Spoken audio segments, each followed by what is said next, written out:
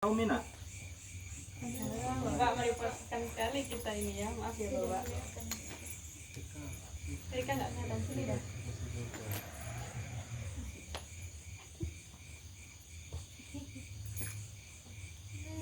Yang tinggi nak, tripodnya yang tinggi. Tripodnya yang tinggi. Nggak apa-apa aja Bapak. Nggak apa-apa, aman Bapak. Aman. Aman Tripodnya itu dah. aman. Iya aman aja kok. Nggak usah. Biar natural. Natural.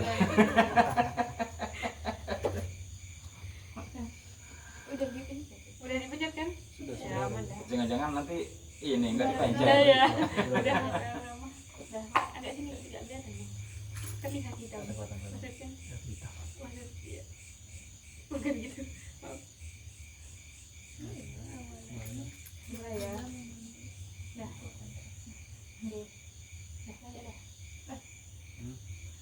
Ya udah kan udah jadi. Mau diulang pertanyaannya. Enggak apa-apa. Enggak apa-apa. Langsung aja ke mitra aja. Langsung ke mitra. Iya. Baik Bapak, jadi sedikit mengulang lagi ya tadi profil PT Arang Sejahtera Bapak sedikit saja. Oke. Jadi PT Arang Sejahtera ini kami dirikan di tahun 2016. Mengawali dari arang batok kelapa kombinasi dengan liquid smoke. Setelah itu di tahun 2021 kami tambah dengan arang kayu, tapi kayu spesialis ya, hanya untuk asem sama kenitu. Setelah itu di 2023 kami tutup batoknya karena pasar nggak stabil. Sampai sekarang kami masih eksis di kayu asem sama kayu kenitu untuk kebutuhan mancanegara. Jadi itu profil 11 dan alhamdulillah sampai saat ini masih eksis dan mudah-mudahan tetap eksis. Amin. Akhirnya Bapak itu kan kemarin sudah cerita kalau mitra sama apa namanya sama supplier terus sama buyer juga, boleh diceritain nih Bapak? Iya. Supplier dan buyer. Jadi supplier kami awalnya hanya warga sekitar dari Kelurahan Banjarsengon ya. Di sini namanya desanya Banjarsengon, kelurahannya di Banjarsengon. Jadi supplier itu kebanyakan awal kami memulai usaha di 2021 itu kebanyakan masih warga sekitar. Tapi lambat laun karena komunitas kayu yang kami minta di sekitar kita semakin menipis, sehingga kami saat ini sudah 2 tahunan lah ya. Supplier itu kebanyakan dari luar kota, dari Madura, dari Lumajang, termasuk juga dari Probolinggo. Ada juga dari kemarin penawaran tapi belum deal dari Bali mau masuk ke kita, khusus kayu asam. Kalau dari NTB kami pernah sekitar mungkin kalau nggak salah hanya 50 ton, tapi ternyata kualitas kayu asam NTB ini nggak bagus, sehingga kami tetapkan untuk asam itu kami datangkan dari Probolinggo sama Madura sampai saat ini. Kalau buyer kami kemarin baru sekitar beberapa hari yang lalu ya, semingguan lah, kami kedatangan dari Arab Saudi memang Mr. Muaj. Beliau kesini ingin kontrak kerjasama. Cuman kontrak kami itu sifatnya lisan, tidak ada tulisan. Dulu ya, kalau dulu ada, kami pernah dengan LRC itu awal-awal kami belajar ke luar negeri itu LRC pernah ada MOU-nya memang pernah. Cuman karena kami tertipu, akhirnya rasa mangkal dan segala macamnya, MOU itu sudah akhirnya kami putus. Ya, kami surat perjanjiannya pun akhirnya juga kami entah kemana sudah. Tapi itu pernah sekali kami. Akhirnya kami tidak percaya dengan MOU, sehingga kami lebih percaya dengan face to face, ketemu dengan buyer. Dulu kami tidak ketemu dengan buyer LRC, jadi hanya via email, via telepon waktu itu, sehingga MOU-nya pun begitu. Dulu via WA yang dikirimkan ke kami. Ternyata kalau via online seperti itu lebih rawan, karena kita tingkat emosionalnya juga kurang ya, beda dengan face to face begini langsung. Jadi kita bisa membaca karakter seseorang itu ketika kita melihat wajahnya. Dan alhamdulillah kami dari Palestina juga sudah beberapa kali aman-aman saja. Dari Arab Abu Dhabi juga alhamdulillah aman saja sampai saat ini. Ini terbaru dari Saudi Arabia, masih nego di harga, belum dulu. Maaf ya Bapak membuka luka lama. Enggak apa-apa. Yang kontraknya. Itu sudah terbiasa di dunia seperti itu. Selalu ada di dunia bergerak. Berarti itu kontrak produksinya sama siapa aja? Sama siapa saja. Kami membandingkannya harga. Jadi kalau harganya bagus, speknya tidak terlalu rumit, kami layani. Kalau harganya bagus tapi speknya rumit, tidak kami layani. Karena kalau harga bagus, spek sulit, itu juga nambah biaya nanti. Karena dunia perarangan itu dunia bagi saya, karena saya pernah main selain arang ya, saya pernah main kelapa soalnya. Kalau kelapa dan arang itu sama-sama sumber daya alam ya. Jadi kalau arang itu spek itu ternyata tidak seperti kelapa. Kalau kelapa paling speknya hanya besar kecil, sudah selesai. Tapi kalau arang ada kualiti kering, ada kualiti ukuran, ada kualiti jenis kayu, terus juga ada kualiti abu, ada kualiti kadar air. Ini harus kita perhatikan betul. Jadi kalau kualiti salah satu kualiti ini kurang, kita dapatnya duit juga kurang, pasti berkurang. Karena buyer itu pasti minta produk yang paling bagus, dan kita selaku produsen harus memberikan pelayanan yang terbaik. Intinya di situ.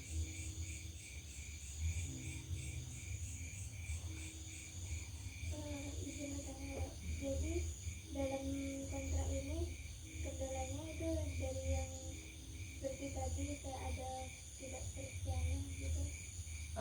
Kalau di kontrak itu selama saya jalani sebenarnya kalau dari piece to piece ya nggak pernah ada masalah selama kita ketemu langsung dengan buyer. Kalau kita tidak pernah ketemu dengan buyer, permasalahannya pasti banyak, karena kuantiti kita tidak kuantiti kecil ya, bukan kuantiti pengecer ya. Beda dengan online. Kalau panjenengan semua jualan di Shopee misalkan ya, jadi kan kalau jualan di Shopee paling satu piece gitu ya sudah bisa dikirim. Meskipun tidak pernah ketemu orangnya, saya rasa Shopee sudah memfasilitasi keamanannya. Nah, cuma beda dengan seperti kami tidak ada payung hukum yang menguatkan. Negara belum memberikan wadah. Negara itu belum punya wadah ketika ada kasus-kasus permasalahan di dunia ekspor impor. Belum ada sampai saat ini. Tapi apa Bapak nggak takut gitu Pak kayak ketipu lagi, atau apa ada antisipasi atau gimana? Kalau takut pasti ada. Antisipasi pun kami jalani. Antisipasinya kami ketika ada buyer datang menghubungi di awal, pasti kami minta datang. Itu antisipasi kami. Karena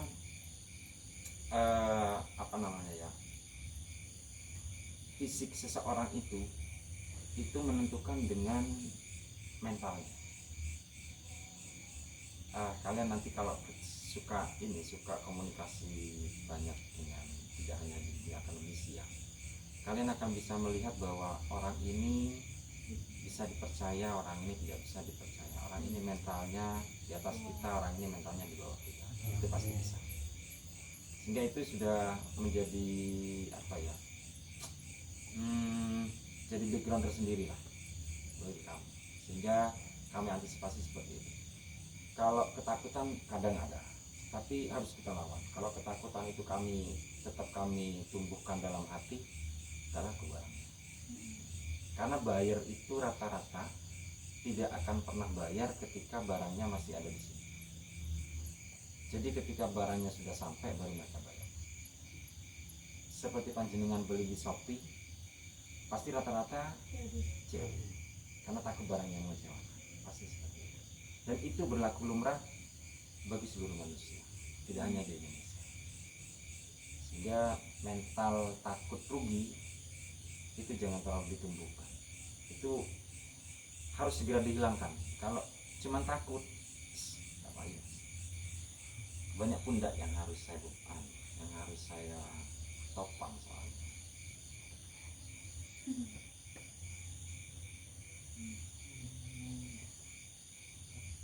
Bapak, saya izin nanya sesuatu nih Pak. Ya. Tadi kan Bapak bilang bahwa kontraknya itu dilakukan face to face ya Pak.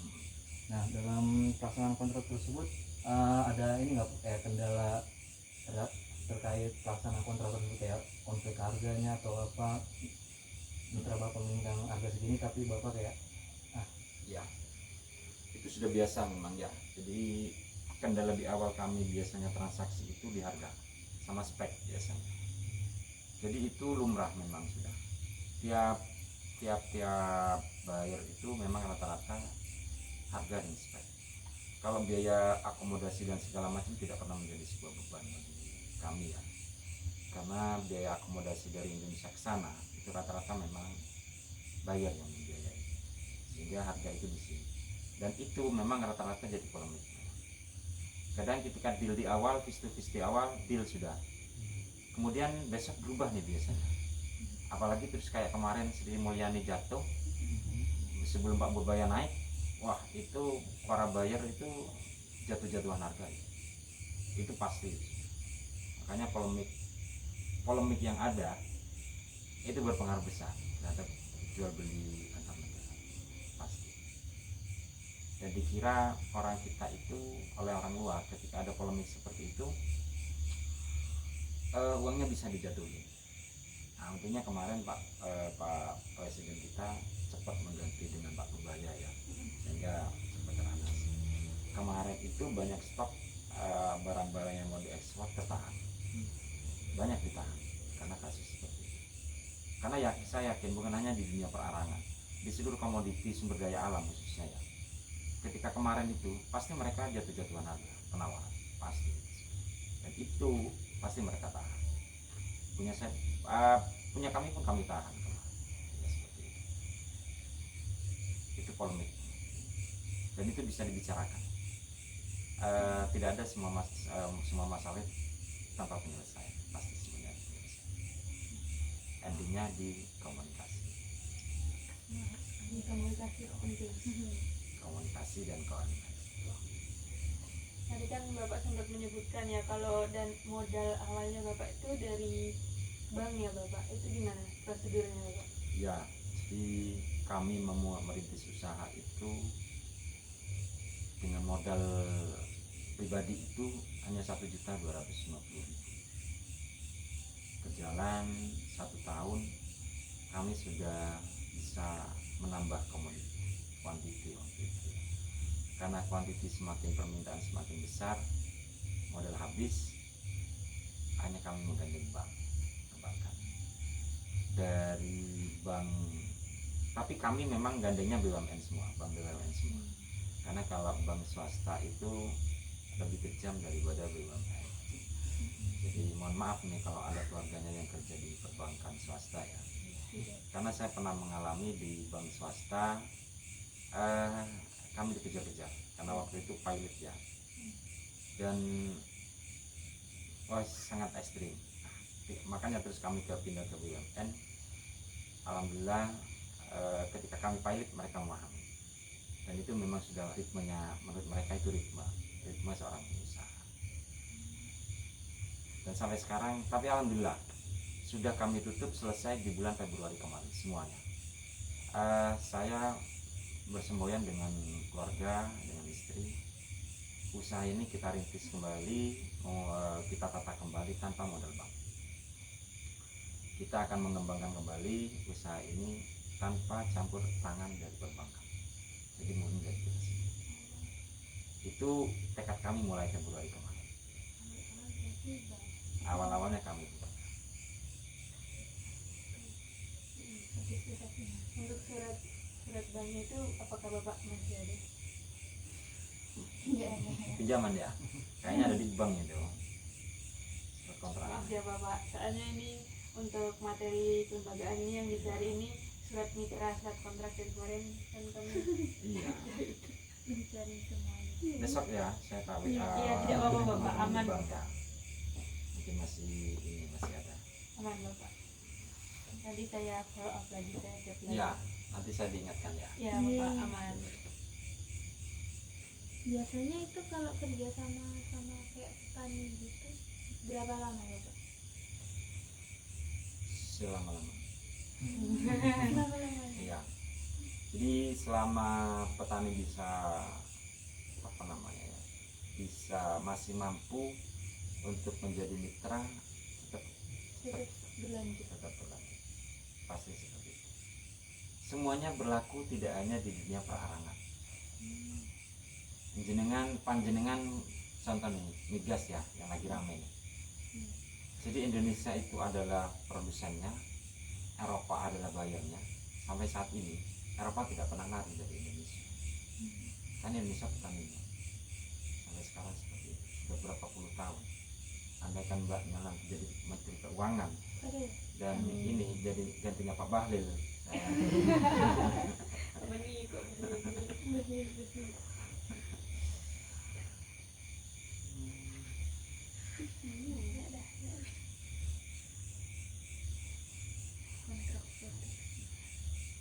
Permisi ya, Pak. Mau tanya terkait itu tadi kan itu kan Bapak kan dengan luar negeri gitu kan. Itu Bapak ada apa ya dikasih modal gitu buat dari pertamanya atau DP gitu Pak? Jadi beberapa bayar itu beda model ya. Saya kemarin yang dengan Mr. Muaz itu memang ditawari modal, dengan yang Palestina itu juga ditawari. Tapi saya menolak semuanya memang. Jadi beda-beda ya. Dengan yang India itu malah nggak mau mereka. India itu nggak mau ngasih modal di awal. Jadi mereka maunya ada barang ada uang, itu maunya. Tapi kalau dari Palestina sama Arab Saudi ini mereka mau. Ini mereka bukan kita minta ya, mereka malah menawari. Tapi saya tidak mau seperti itu. Kalau model seperti itu sama nanti nasibnya dengan Freeport. Freeport itu sampai hari ini kita tidak bisa menentukan harga emas. Mereka yang menentukan. Jadi investor kalau beda ya. Jadi kalau investornya seperti Mbaknya nih ngasih duit ke saya, misalnya kerjasama gitu kan, misalkan 40-60, misalnya 60 saya 40, terus masnya selaku bayar. Nah, ini enak kalau saya kerjasama sama Mbaknya, kan kerjasama jelas nih, hanya bagi hasil. Tapi kalau masnya langsung ngasih ke saya modal, jadi investor selaku bayar, saya pasti kalah, nanti harga itu akan ditentukan langsung oleh jenengan, oleh bayar, pasti itu sudah. Jadi kita selaku produsen banyak gulung tikar rata-rata teman-teman itu para eksportir produsen, tapi ya rata-rata banyak gulung tikar, kekalahannya rata-rata karena seperti itu. Buyer merasa uang mereka sudah dikeluarkan, mereka akan menghitung per hari harus dapat berapa dari investasinya. Pasti itu mereka menghitung seperti saham lah ya, mereka pasti menghitung seperti saham. Sehingga ketika harga di luar bergejolak, pasti kita yang akan ditekan dengan harga beli mereka. Nah itu kejelekannya, makanya saya menghindari seperti itu. Saya lebih baik mencari investor, orang di luar transaksi saya dengan jauh. Ada dan ada di Madura itu, di Semenep ya, beliau diinvestori oleh orang Timur Tengah besar, hampir 2M investornya. Tapi begitu usaha itu berjalan, pemiliknya saya pernah ke sana, jadi kasihan dengan pemiliknya, pemilik usaha itu. Jadi seluruh aktivitas mulai dari kayu, bahan baku, sampai pengerjaan, sampai packing, dia seperti bukan owner.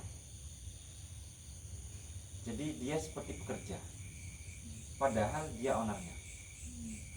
Sampai sekarang akhirnya dia tidak produksi kembali, karena beliau menghitung setiap kali produksi selalu rugi, karena bayarnya sudah menekan dia soal harga. itu pasti. Makanya kalau panjenengan nanti bisa seperti itu, hati-hati dengan investor dari luar. Apalagi kalian investornya dengan luar negeri, ini LRC. LRC ini orangnya pintar-pintar memang, tidak salah memang. Cina itu diagung-agungkan ya dari segi ekonomi. Tapi kita orang Jawa ketika kerjasama dengan mereka pasti banyak keuntungan, yakin. Karena saya pernah sekali, makanya terus akhirnya saya nggak mau berkomunikasi dengan orang-orang di daerah. Terus Bapak biasanya dalam satu kontrak itu berapa lama Pak jangka waktunya? 1 bulan. Sebulan.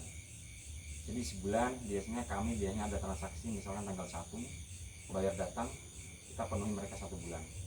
Ketika mereka minta lagi dalam bulan berikutnya, kita minta mereka datang lagi. Seperti itu. Karena orang luar ke Indonesia itu seperti jalan-jalan seperti kita datang ke alun-alun. Sangat mudah sekali. Beda dengan kita mau keluar, sulit ya. Jadi saya pernah punya buyer dari Palestina, dari kota Al-Quds namanya ya. Beliau datang, setelah itu di sini nginep 1 malam di Cempaka. Nginep 1 malam, besoknya beliau balik ke Palestina. Selang 3 minggu beliau datang lagi ke sini. Cepat sekali, kayak mainan. Bulan kemarin beliau telepon mau ke Indonesia lagi.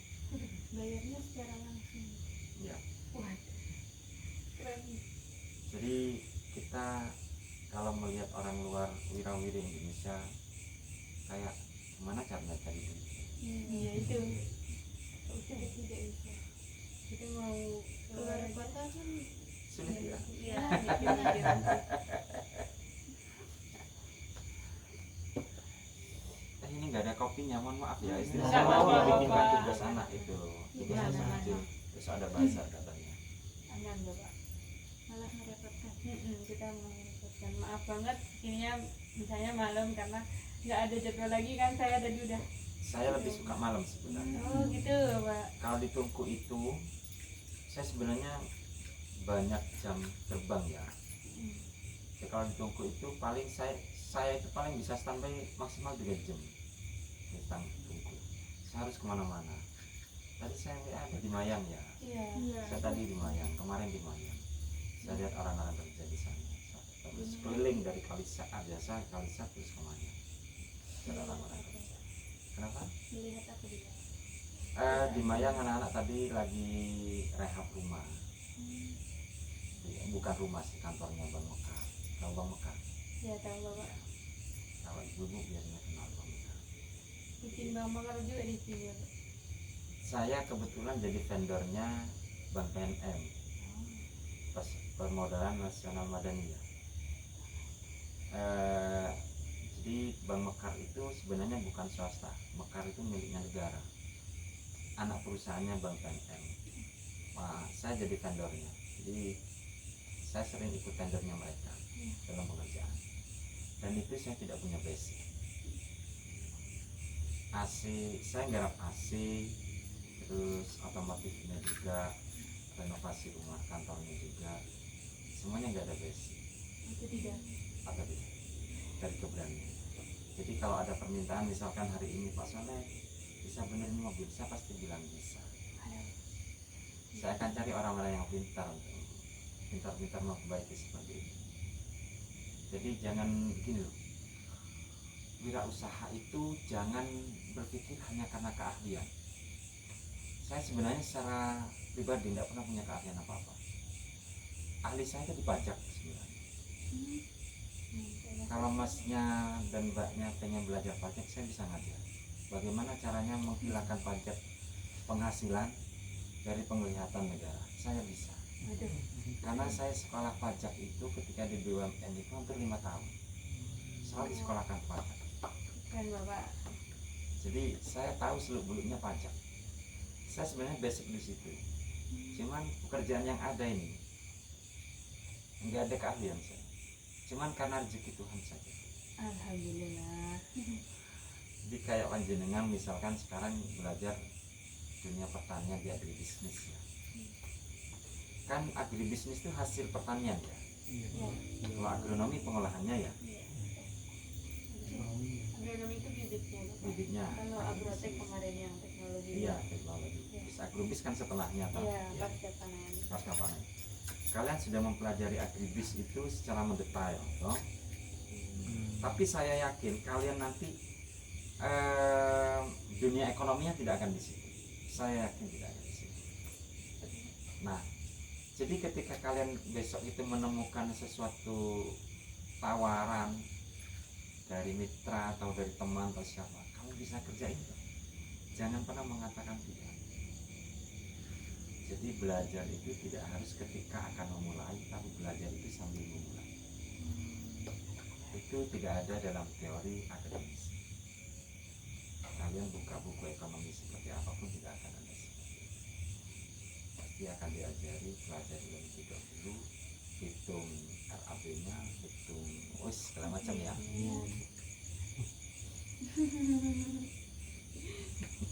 Ketawa. Lanjut. Lanjut. Tanya lagi. Banyak situ bondo ini banyak diem. Situ bondo mana? Gimana lagi? Pertigaan lampu merah. Sama apa nih? Sama kapan nih? Tadi ya Ke kanan apa ke kiri? ke kiri. Arah ke Surabaya berarti ya. Arah kalau ke kanan kan Banyuwangi. Pertigaan itu. Toh? Oh berarti ke kanan. Oh ke kanan, arahnya ke Banyuwangi berarti. Jauh. Dekatnya Kapangan itu. Oh, tahu dekat Kapongan. Apaan jauh? Aku tahu nih.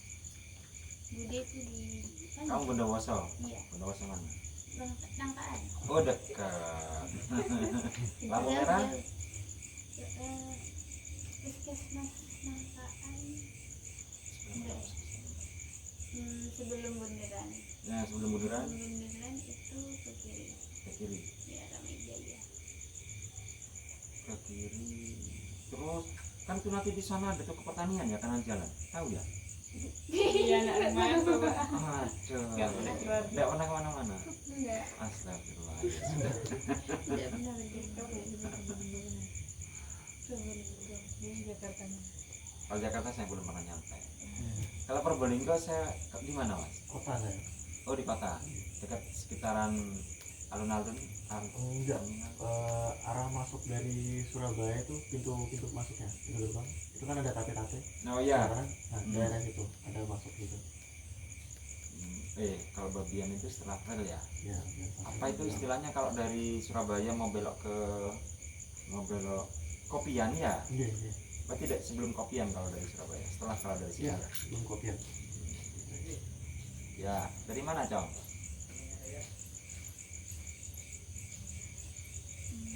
Izin bertanya Bapak, kalau dari kontraknya ini berarti ada kayak dari jenis-jenisnya itu kayak ukuran dari kayunya itu apakah Ya, sebenarnya bukan dari kayu yang diminta biasanya. Dari ukuran dari jenis kayu sama ukuran arahnya. Biasanya itu. Tapi rata-rata beda-beda memang. Tapi rata-rata memang mintanya di atas 3 cm. 3 cm. Tapi ada juga yang mintanya minimal 7 cm. Mr. Muat ini yang dari Saudi mintanya minimal 7 cm. 7 cm ke atas. Jadi kalau di bawah 7 mereka nggak mau. biasanya kalau dalam kayak gitu yang menanggung kayak biaya transportasi itu Mereka biasanya bayar memang. Kita nggak mau ambil resiko besar. Jadi buyer luar itu sudah paham mungkin ya dengan metode teman-teman orang Indonesia. Jadi seluruh buyer itu pasti ngomong tentang transportasi. Jadi harga itu terjadi di sini. Jadi harga yang ditetapkan itu di Indonesia, di tempat kita. Jadi dari sini ke sana, entah kemana, itu mereka yang membiayai 100%. Cuman biasanya kita dimintai bantuan fasilitas. Misal kayak ini Palestina itu mereka nunggunya di Perak, Surabaya ya. Jadi mereka minta bantuan dari sini ke Perak untuk transportasi armada. Jadi bantuannya di situ aja. Tapi seluruh biaya tanggungan mereka. Kita hanya biaya angkut seperti kemarin itu, Iya. naikkan biayanya di situ aja. Tapi kalau biaya nanti terus kontainer ada di sini itu beda. Jadi dulu itu pernah kontainer kita datangkan ke sini, cuman sama warga mengganggu lalu lintas ya, karena jalannya terlalu kecil. Itu dari armada kita ke sana itu tanggungan bayar, jadi ke kontainer itu. Tapi kalau dari tungku ke armada itu tanggungan produsen. Hampir semuanya seperti itu. Paling ada 1-2 yang berani menanggung ketika mereka ini ya, orang Indonesia itu sebenarnya sudah banyak yang pintar, cuman masih ramah tamahnya terlalu getol. Bahan-bahan Indonesia itu sumber daya alam ini banyak dibutuhkan luar negeri sebenarnya, sehingga ketika seperti perarangan ini musim hujan begini, Timur Tengah itu musim dingin, buyer pasti banyak, pembeli pasti banyak. Orang Indonesia itu kadang yang sudah mulai pintar-pintar, jadi mulai ini, jadi biaya angkut, istilahnya biaya angkut dari gudang ke armada sampai nyampe itu sudah tidak mau itu. Apa katanya bayar? Hingga keseluruhan biaya bayar yang lalu. Itu sudah mulai ada beberapa. Termasuk saya juga sudah mulai, kalau bayarnya agak tidak terlalu ribet, biasanya seperti itu. Kalau sudah mulai yang ribet, hitung-hitungannya bulat, kita agak ngalah. Itu aja. Jadi kecuali ada kontrak seperti dulu RRC. Kalau RRC itu dulu kontraknya mereka maunya di atas kontainer. Jadi di atas kontainer ketika sudah terkunci DP masuk 50%. Sampai di sana baru full 100%. Dulu seperti itu kontrak yang pernah saya jalan. Itu saya jalani sekitar hampir 3 bulanan. Tapi selebihnya tidak ada. Jadi mulai setelah RRC sampai sekarang barang nyampe di sana harus kita terima. Kalau sama petani itu gimana Pak? Kepercayaan aja. Berapa lama gitu? Terusan. Semampunya dan ini apa namanya ya, senyampang petani itu mampu menyediakan spek yang kita minta. Kita tetap kerjasama dengan petani. Kadang ada petani itu nggak mampu. Berarti langsung memutuskan. Iya, langsung putus ya. Kalau suami istri langsung saya talak gitu. Salah satu.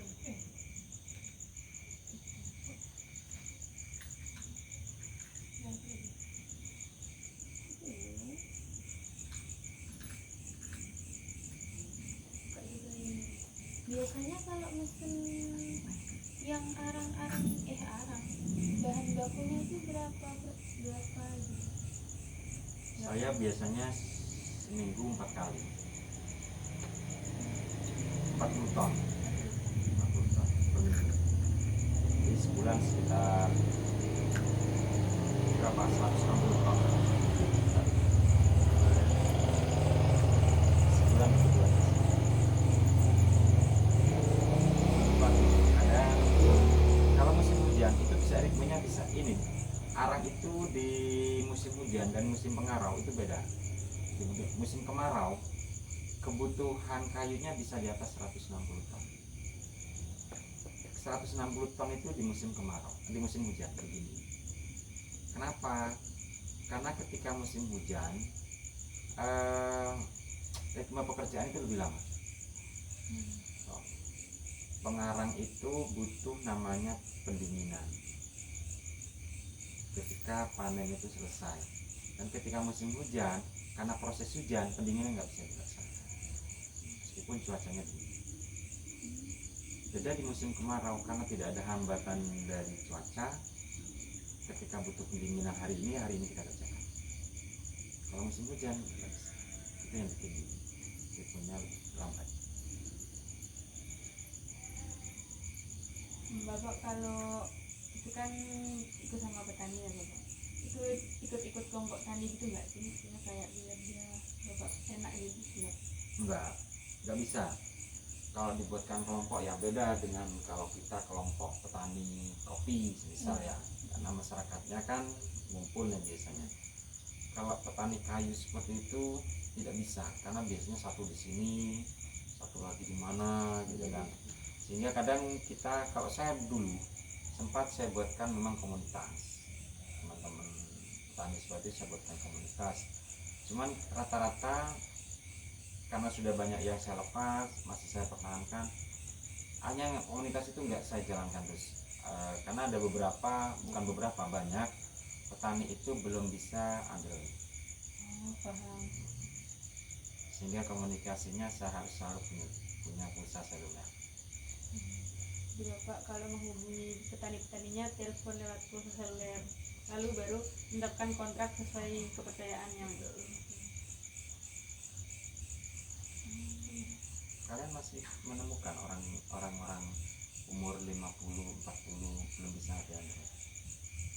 Ibu saya tapi sekarang udah bisa. Sudah bisa. Sebelumnya nggak bisa itu ya. Dulu pas saya kuliah orangnya Belajar berusaha ya? belajar. Atau tidak kan? Atau tidak? Saya nyata itu.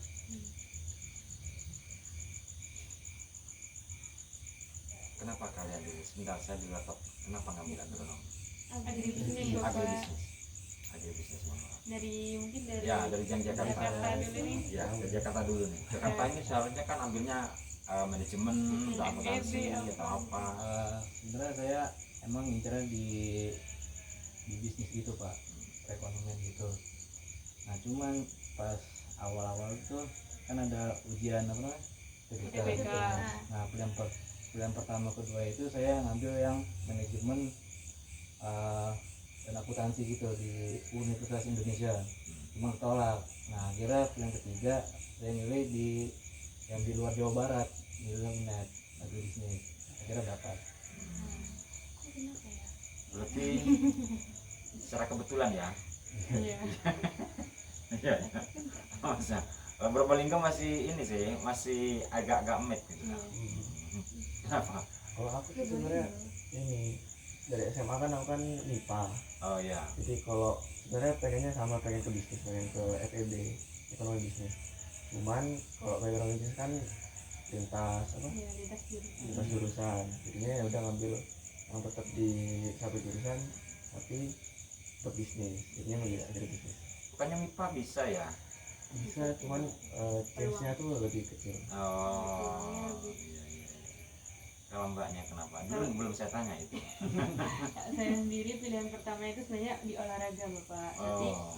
nggak keterima saya ambil di UNY di Jogja. Emang saya kepengen di Jogja banget, tapi terus keluarga saya tuh ada hubungannya sama pertanian gitu, kayak apa sih itu namanya, ya ada yang tengkulak, ada juga yang petani beneran. Jadi saya lebih tahu ilmu pertanian, jadi kayaknya saya ngerasa salah jurusan dikit sih yang kesini nih, karena ngitung-ngitung terus ternyata. Ya udah, jadi nggak apa-apa, saya jalanin aja, saya lempar ke teman saya. Kalau Bondowoso met sebenarnya. Met. Oh, iya. Kenapa kok met? Met, karena kan Bondowoso itu apa namanya, agronya yang dapat, sama Situbondo kan dapat, Probolinggo dapat, Kayaknya. Banyuwangi Saya juga dapat. banyak. Kenapa dulu? Apa Kenapa karena juga ya? kebetulan? Karena nggak dapat jurusan ini aja deh. Iya, kayaknya sebenarnya iya deh. Ibunya itu di sini Pak jurusannya dulu, makanya mamanya jurusannya dulu agribisnis. Enggak, Apa enggak. namanya? Agro. Mamanya pertanian Pak. Oh, mamanya di pertanian. Mm. Hanya anaknya ikut nikmat di pertanian, aku ikut aja. Enggak sih, karena nggak tahu aja ya tiba-tiba Dia milih agribisnis. ya, kalau Kenapa? kayak gitu nggak ketemu Sebenarnya gitu. inginnya sosial. Melihat sosial ekonomi, oh iya deh. Agak aneh juga sih. Namanya kenapa nih? Terus Situbondo jauh-jauh. Karena yang dari Probolinggo itu, soalnya kan dari IP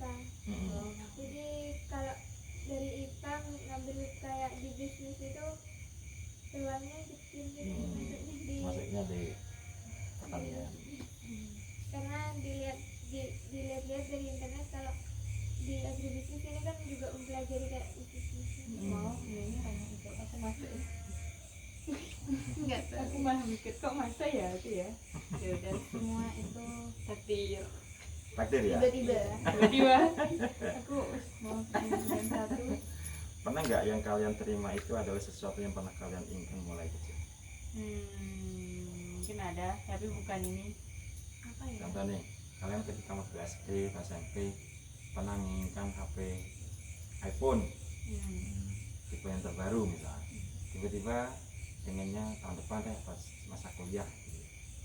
Ada nggak yang tiba-tiba hari ini terwujud? Mungkin makanan kalau itu.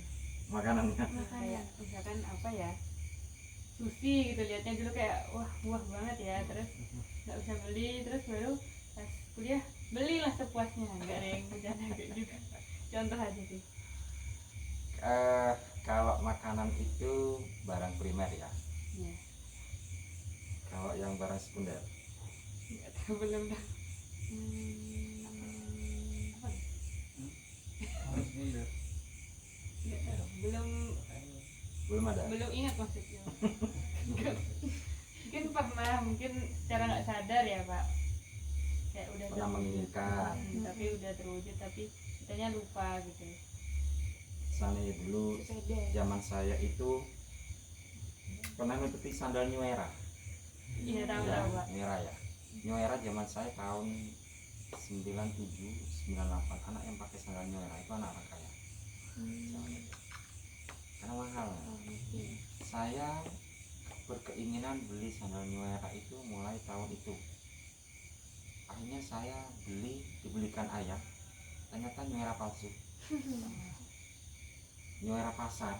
Jadi tengahnya bolong, hanya pinggirannya aja, terus mereknya New Era. Tapi ternyata bukan New Era. Apa ya? gitu ya. Cuman sepintas dibacanya New Era. New Era. Sampai sekarang nggak keturutan, karena New Era-nya sudah habis. Iya nih.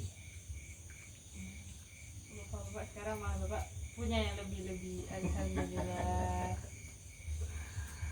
Makanya kalian itu kuliah kan hampir semuanya tidak dari keinginan ketika kalian mulai SD toh. Ya. Jadi oh ya kok ini mirip-mirip ini ya gitu ya. Enggak, SD pengen apa ya? Guru matematika tuh. Pengen masuk hukum. Tapi bahwa dasar kalian memilih agrobisnis itu karena apa ya? Karena saya lihat sepintas karena ada nilai-nilai ekonomi. Iya. Saya dulu pernah bercita-cita ketika saya zaman SMA. Saya dulu SMA-nya di MAN 1 Jember. Tapi saya tidak di rumah, saya di pondok. Saya di pondok waktu itu kalau malam habis ngaji itu jam setengah 9, jam 9. Saya jualan jamu. Boleh izin sama Pak ya. Saya ada teman itu nggak sekolah. Teman saya nggak sekolah, tidak pernah dikirimi uang sama orang tua karena memang ekonomi ini ya, ekonomi pahit ya. Saya jualan jamu waktu itu harganya Rp1.000. Saya kulaknya 500, 100%. Jadi teman saya ini kalau laku saya belikan makan, tapi nggak pernah saya kasih uang. Saya waktu itu bercita-cita karena ada kakak tingkat saya itu namanya orang Bogor, orang Jakarta, bukan orang Bogor, orang Jakarta. Dia mondok di Jember karena kasus narkoboy waktu itu ya, sehingga anak tunggal Reza namanya, Jakarta Selatan. Ayahnya punya 9 perusahaan, anak tunggal itu seperti itu. Nah si Reza ini waktu zaman itu tahun 99 ya, sangunya sudah 500.000, saya masih 20.000 dalam sebulan. Sehingga dalam diri saya itu waktu itu gini, wah enak ternyata jadi orang kaya. Ayahnya pengusaha, ternyata mungkin jadi enak jadi pengusaha. Dan itu baru saya buktikan di tahun 2016. Dari tahun 99, 2000 sampai 2004, baru 10 tahun, 20 tahun ya, 20 tahun.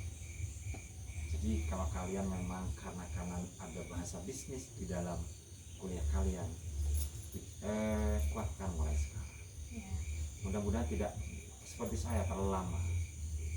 Saya belum punya Pajero sampai hari ini. pengen belajar Next itu Bapak masih di download, Amin. download. masih diproses.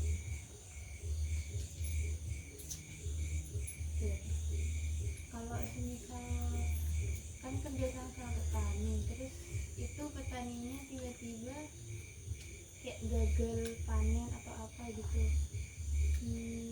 Jadi nggak mungkin, nggak mungkin. karena ini kayu. Oh iya, Siapa tahu kenapa gitu. oh iya kan pasti Pasti ada ada ya, tahu. tanya. Ya, Oh, nggak kayak- juga truknya guling. Ya gitu itu kan. misal. Ya. Oh keterlambatan. Ya. Bentar. Oh, Yang iya, sering itu. itu keterlambatan. Hmm. Jadi biasanya kita 2 hari lagi harus mulai produksi nih. Dulu awal-awal begitu memang. Saya masih mikir ritme waktu itu ya, belum menemukan ritme yang cocok ya. Karena tempat saya kan nggak luas itu kan, hanya hampir 1.500 cuman kan. Sehingga waktu itu belum terpikir ritme. Kadang kita mau produksi besok, kayu seharusnya mulai kemarin sudah ready, nggak ready. Sampai besok nggak datang. Ternyata truknya guling Oh ya Allah guling. kasihannya. di daerah Randu Agung. Ya, sering Guling. Jadi guling. supirnya masuk rumah sakit, terus HP-nya hilang. Si bosnya ini petani saya menghubungi supirnya tidak bisa. Baru terlacak itu sudah sehari semalam, baru terlacak bahwa ada di rumah sakit. Jadi nggak sadar, nggak ini apa namanya benturan, gagal otak. Nah itu akhirnya produksi saya mandek, satu tungku mandek. Itu yang pertama, pengalaman yang pertama. Yang kedua, yang dari Bali, Madura. Jadi mereka terkendala karena quantity, volume kendaraan dengan yang dimuat ditimbangan terlalu tinggi. Akhirnya truknya ditahan. Akhirnya ritme itu tapi tidak sekali 2 kali kejadian terus saya punya ritme, enggak. Akhirnya saya berpikir kok ini caranya ya. Akhirnya makanya sampai hari ini ketika kita produksi hari ini, yang akan kita produksi 5 hari ke depan, besok harus sudah ready. Terus begitu. Jadi kita mengatur teman-teman supplier, teman-teman petani itu enak penatannya. Madura datang, Probolinggo, Majang datang. Jadi seperti itu. Jadi sebelum habis sudah datang gitu. Sudah datang. Seperti kemarin kan? Iya. Seperti itu. Sampai mau parkir bingung kan? Ya, Pak. Jadi aku kasih fotonya ya dari kelompok.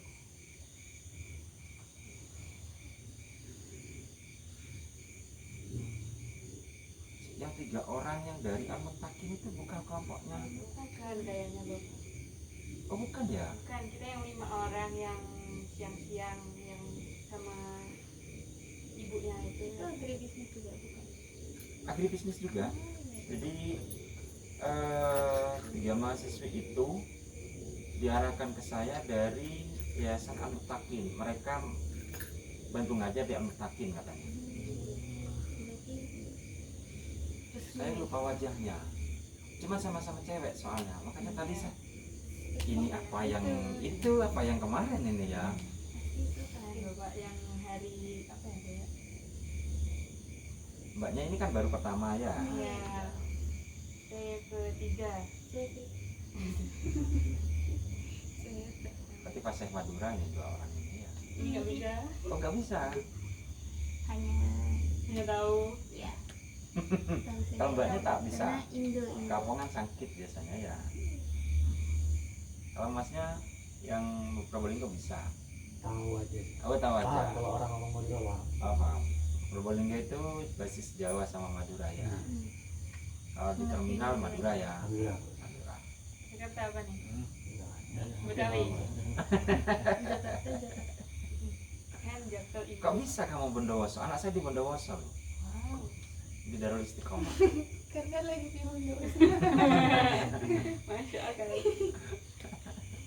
Udah cukup. Apa masih ada lagi? Kesehariannya berarti dulu SMA-nya di mana? Di SMA 2. SMA 2 Bondowoso. Iya. SMP-nya? Tiga. SMP 3 Bondowoso itu kiri jalan itu ya? Masuk ke kiri itu ya? Mana Bu? Kanan sebelum Semada. Oh, semalam Semada. Iya, lampu merah. Heeh. Iya, di kanannya. Oh iya, dekat Samsat ya? Ya, Iya, dekat Samsat itu ya. Kan sebelah kiri Samsat. Aduh bingung ya Bondowoso. Ini juga. kita arah sih. Iya, Pak. Jadi diatur kemana-mana. Astaga. Terus sebelum di UNED, kamu kalau pulang sekolah kemana Bu? ke rumah. Gimana? Pulang sekolah maksudnya tidak berjalan-jalan gitu. Tidak bersosialisasi Iya, langsung. Hanya bersama teman. di sekitaran rumah. Iya. Temennya yang main di rumah. Udah tadi. Cukup.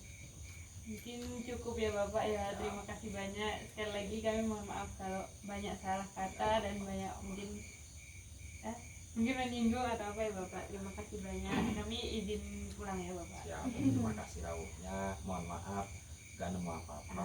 Nemu banyak hal Bapak. Banyak hal yang kita temuin. Kalau di tradisi orang Madura itu biasanya tamu itu adalah raja. Biasanya disuguhi sesuatu. Karena Pak Maisurinya lagi sibuk, hanya nggak ada yang melayani. Mohon maaf ya. Tidak apa-apa Bapak. Kami udah cukup berterima kasih banget kasih info. Siap. Udah, ayo Pak G. Oke, monggo terima kasih rawuhnya ya. Iya. Hati-hati di jalan. Ini kos semua kan? Iya. Saya pikir yang Bondowoso pulang tenang. Oh iya.